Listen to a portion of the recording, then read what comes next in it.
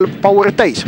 Absoluutselt, nüüd jällegi üle pika ja palliga Felipe Núñez, keda tõesti on täna tulnud nimetada väga vähe selle kohtumise jooksul. Eelkõige on ta andnud kehvasid nurgalööke. Sellest olukorrast nüüd fikseeritakse Tammeka mängijatele aga määruste rikkumine ning nõuab sealt nüüd keegi Tammeka mängijatest vahetust. Kas see on Albert Prosa, kes seal lonkamas on? Tõepoolest Prosa ja signaleeris ka vahetuspingile, et tahab vahetust, nii et Tammeka peab kolmanda vahetuse nüüd kohe ära tegema ja Albert Prosa tahab sealt väljakult ära tulla.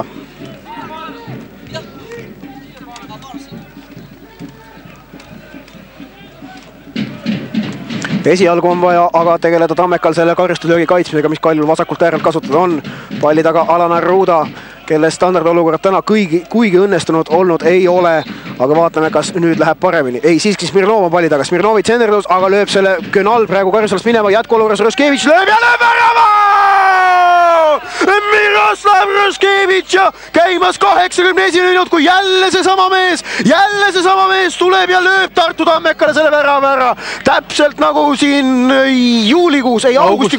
augustikuus Tartus Tamme staadionil. Seesama mees Miroslav Röskevitš ja umbes samal ajal saab karjustusalas löögile sellises karjustuslöögi järgses olukorras, kus pall ta jalale põrkab ja lööb selle kindlalt vasaku jalaga alla nurka.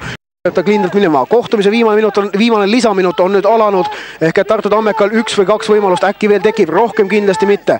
Tammeka kaitsja Artjom Martjunin tõstab nüüd pika palli ette.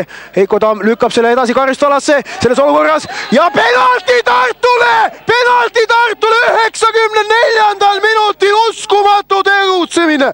Uskumatu mäng siin Hiiu kunstmurul ning viimase mehena revitakse seal maha Tartu ründaja Albert Prosa, sealt tuleb Kalju kaitsjale, kas see oli nüüd Palvin Ott, kes saab sealt veel kollase kaardi või oli see, ei, see oli vist Jevgeni Novikov, vabandus, siit Tartu Tammeka teenib 94. minutil 11 meetri karjustustöögi ning palli taha, kes läheb seda penaltit sooritama, kes võtab selle vastutuse, see on noor vahetusmees, siiski valgkoosseisu ründaja Heiko Tamm on see mees, kellel on nüüd kohustus see penalti sisse lüüa ja Tartule see viigipunkt siit 94. minutil tuua ning see on nüüd aastaduell, Eesti jalgpallimeistriliigas Janno Hermanson, Heiko Tamm, kas Tartu Tammeka päästab Hiiu staadionilt marulises vihmas endale viigipunkti?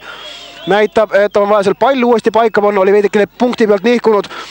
Igatahes nüüd on mänguaeg, 94 minut on täis tiksunud, aga penalti puhul võib alati mänguaega pikendada.